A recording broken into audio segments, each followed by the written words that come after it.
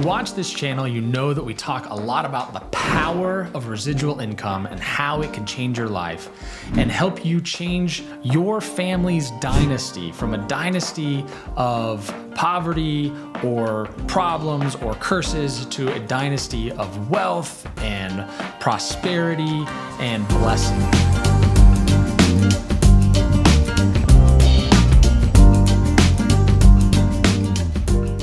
What I want to talk about today is something very specific, just the 7-step process on how to get started selling credit card processing, right?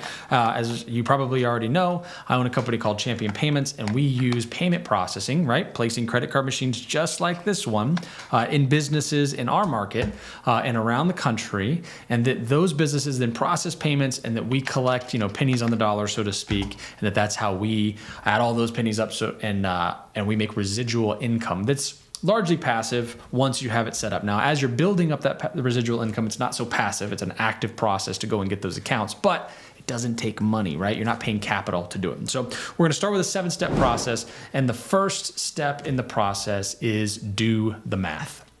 Now, the reason I put do the math as the first step in the process is because it takes some figuring in your brain before you decide to stop trading your time at a salaried or hourly job to then start deciding that you want to begin the process of creating cash flowing assets for yourself through either some sort of monthly recurring revenue stream process, whether that be selling software as a service or selling payroll services or a membership coaching, or in my case, the payment processing industry. So the first step is to do the math. How much do you need to make to be able to stop doing what you're currently doing so that you can focus all of your time and attention to building up cash flowing assets for yourself, so then you don't have to use all of your time building up cash flowing assets because you already have the cash flow.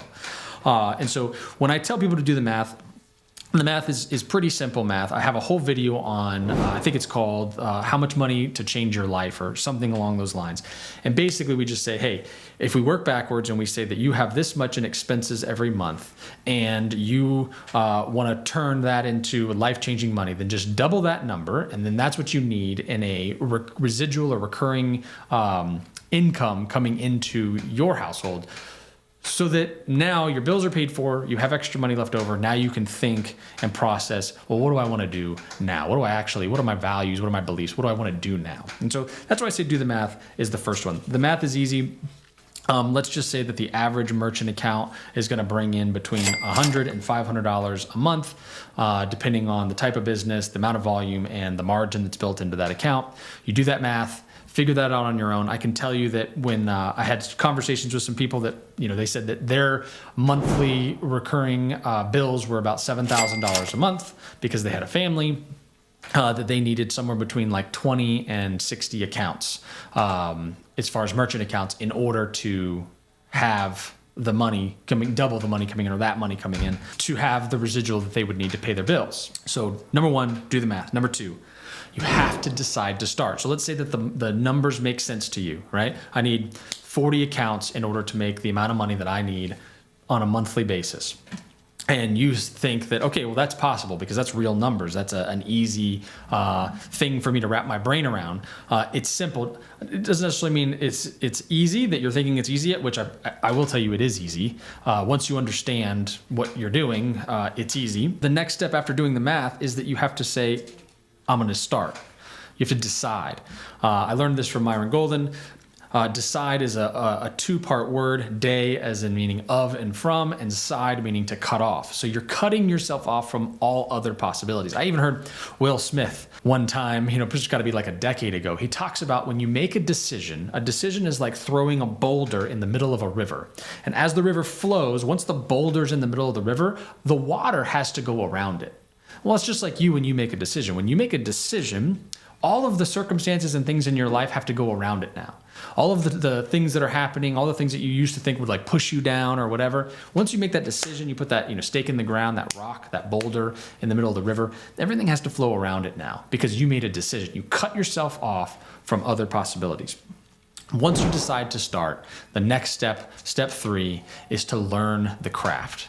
you have to learn about the thing that you're going to do. Now, like I said, payment processing, selling people credit card machines or POS software or virtual terminals or whatever it is, you have to learn what are those things and how can you set them up. You have to learn about the business, the industry, learn the craft. How do people sell it? What are the relationships that need to be built? All those types of things. You have to learn the business in order to be able to go out and speak intelligibly about it to business owners so that you can earn their business and turn those contracts into cash flowing assets for yourself. As you learn that craft, you're then going to go through a process of deciding now, based on what you've learned about the craft, which markets do you want to go after. And so that's step 4, is to choose your market, right? Choose your market. What industry out there in the business sphere do you want to go after that you can sell effectively to, that uses payment processing, that you feel like you can go and sell enough accounts and make enough money to accomplish the goal that you put before yourself. And so, for me, when I chose markets, I said, I'm going to go after my local markets, right? I was feet on the street, pulling doors. That was the style of account acquisition that I chose to do because I felt like I can go do that right now. And so I chose 5 main industries: restaurants, retail shops, auto repair and service shops, trades. Trades is going to be like HVAC repair, electricians, plumbers, people like that.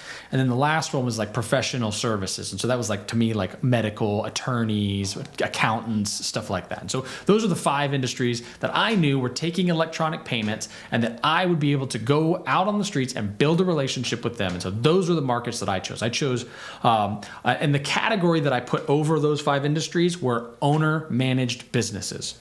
Why owner-managed businesses? Because those businesses were places that I could go, I could speak to the owner of those businesses, and I could get a sale in a relatively short period of time. So instead of going after, Chick-fil-A or McDonald's or some big organization where I had to go through a bunch of red tape and filter through a bunch of different layers of leadership, the sales process was very long, I was able to go and get some quick success because I was going after businesses where the owner might be behind the counter of that restaurant, or the owner might be in the office at, the HVAC, supply house, or so on and so forth. You get the idea. And so choosing your market is important because that's something that you have to do based on your previous experience. Maybe you come from, the HVAC industry and you know a bunch of HVAC repair companies, or maybe you come from the payroll industry and you know a bunch of accountants, and accountants also make great referral partners and clients, right? So depending on what your experience is previously, that's how you would choose your market. And if you don't have any business to business experience,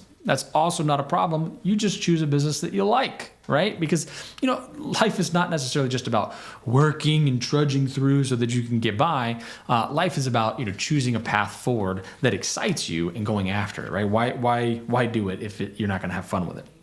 All right, so we did the math. We decided to start. We've begun the process of learning the craft. We've chosen our market. Now we have to find a vendor. Now, this is an important piece, but I think a lot of people will go through these first 4 steps, and then when they get to step 5, which is choose a vendor, they'll allow themselves to get tripped up. Obviously, we provide payment processing services, and we help agents get started in this business. And we can help, most agents go after whatever industry it is that they would like to, because we've kind of gone through the process of figuring out on the back end, how do we support a large swath of different industries. But we don't do everything, right? There's certain industries that we don't do, like online gambling is not something that we do a lot of, or, other like adult industries. We don't touch those at all. So if that's your focus, God bless you, but that's not what we're not going to board those accounts, so to speak. However, finding a vendor, if it's not us, if it's somebody else, you want to look for a few things. Obviously the comp plan is one of those things, but more than that, you're going to look for some place that's going to help you sharpen the saw. So step 3 was learn the craft. You can learn the craft by doing research. You can look up people like James Shepard on LinkedIn or YouTube. And he's got a whole, swath of training and stuff on there that you can see that's free just to get some information about the industry. He also has some paid programs for training that you can enroll in. Obviously, we have our program, Residual Champions, that you can come and join to learn the craft. But when it comes to the finding the vendor, if you go to some place and they're not going to be able to support you deal by deal and have somebody kind of, especially for the first, dozen or so deals that you're going to do, helping you kind of walk through that process, then what good is it?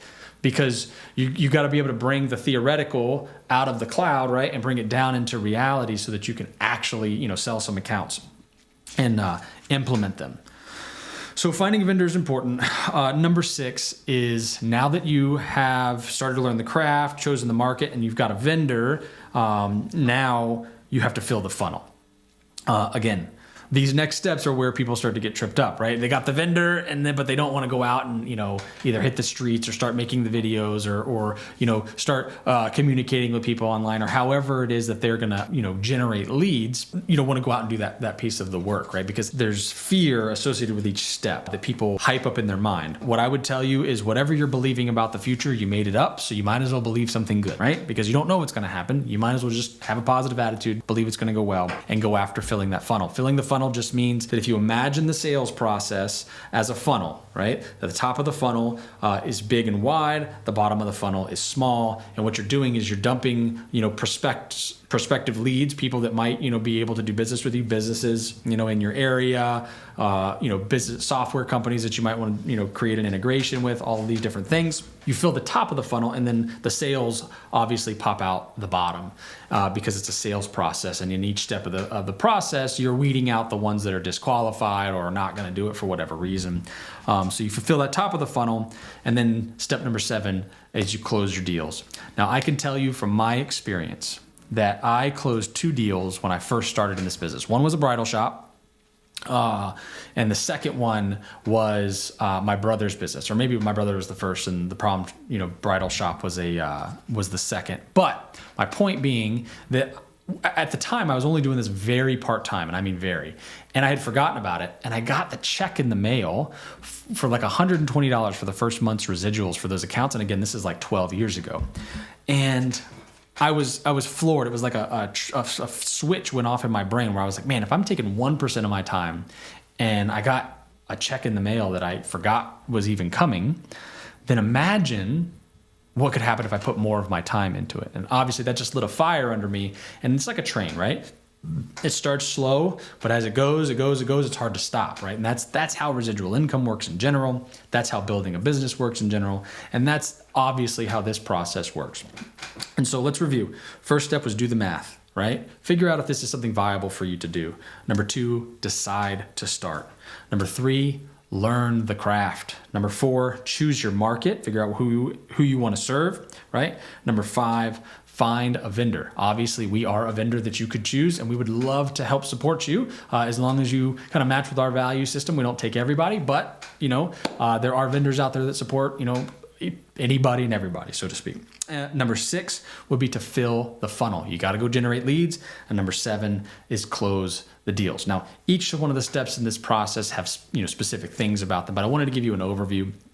We'll do more on the specifics of some of these, but this is how you can get started in the payment processing industry, in merchant services and credit card processing, how you can start turning things like this into a cash flowing asset for yourself, so that you and your family can decide what you want to do and when you want to do it and all that. So I will put a link in the description so that if you wanted to go to the residualchampions.com,